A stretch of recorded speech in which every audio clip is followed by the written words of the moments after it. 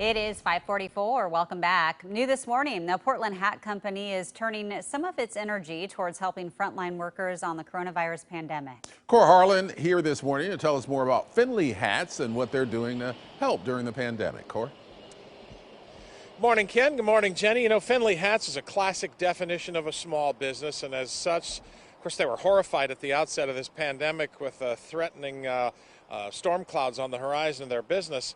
That horror has eased up a little bit as more people have turned to online buying as they are shut in and have lots of spare time and some money to spend to buy things online. And in the process, Finley Hats has found time to chip in and help out. It's a business that started in a living room 6 years ago and moved to a garage and now employs 14 people at its hat-making facility in North Portland.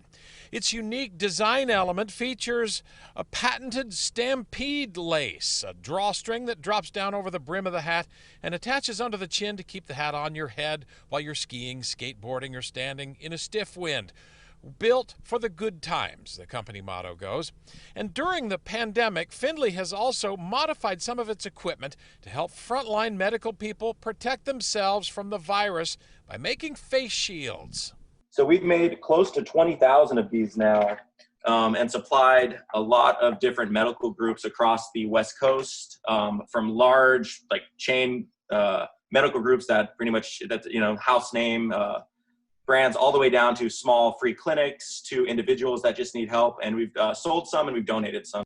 Pivoting your business to make medical grade face shields by adding clean rooms and production tents is not typically top of mind for most small business owners, simply focused on staying in business. But as online sales have increased, Finley so far has survived the storm and is now turning some of its attention to helping others get through the pandemic with face shields. We have them on our website. We've been doing anyone that wants one, we'll send them free of charge.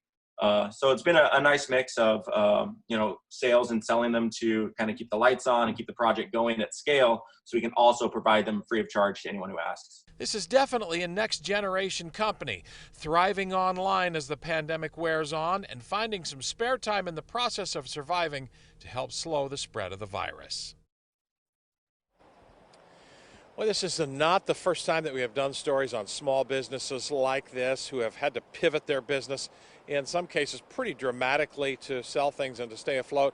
Two footnotes to all of this, Jenny and Ken, and that is, again, the underlying theme in a lot of this is how much people have shifted their buying habits to online buying habits. Their business actually at this hat shop, Finley Hats, has gone up during the pandemic because of online sales.